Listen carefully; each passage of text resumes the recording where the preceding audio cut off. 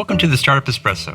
I'm Hall T. Martin, the host of the show, where we talk about raising funding for your startup and the time it takes to have an espresso. I hope you enjoy this episode.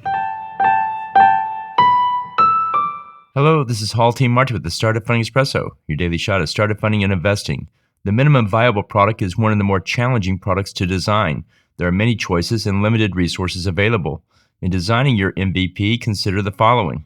Scope into your core technology and building out the first version. Eliminate as much of the surrounding build as possible. Take a specific use case and focus on solving that alone.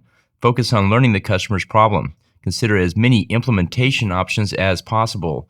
And don't set your heart on a particular implementation of the product. In general, the MVP will not be your first product, but will lead you to it. Set a deadline for finalizing the design and then set a deadline for building it. The deadline should be in weeks and months and not quarters or years. Try and sell it before you build it. Build it without raising funding and save the fundraise for your final product.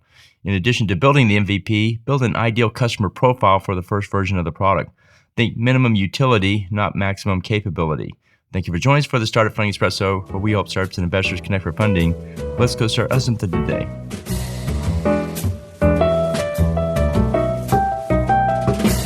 Hall T. Martin is the director of Investor Connect, which is a 501c3 nonprofit dedicated to the education of investors for early-stage funding. All opinions expressed by Hall and podcast guests are solely their own opinions and do not reflect the opinion of Investor Connect.